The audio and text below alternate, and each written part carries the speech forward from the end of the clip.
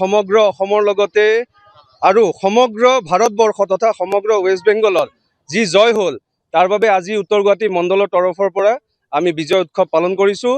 আজি দেখিছে আপোনালোকে সকলোৱে কেনেকৈ ভাৰতীয় জনতা পাৰ্টীৰ এটা বৃহৎ জয় হৈছে, যিটো আমি কল্পনাও কৰিব পৰা নাছিলোঁ। অসমৰ লগতে ৱেষ্ট বেংগলত এটা কি ধৰণৰ জয় হৈছে। মামা মেজিক আৰু বেংগলত মোদী মেজিক, গতিকে আমি বিজয় উৎসৱ পালন কৰিছোঁ। উত্তৰ গুৱাহাটী মণ্ডলত উলহ মালহেৰে আমি আজি বিজয় উৎসৱ পালিম। সমগ্ৰ অসমতে আজি বিজয় উৎসৱ পালি আছে। কেনেকৈ মামা চুনামি আহিছে সকলোৱে দেখিছে। আমি মামাক ধন্যবাদ জনাইছোঁ ইমানখিনি ফলাফলৰ কাৰণে।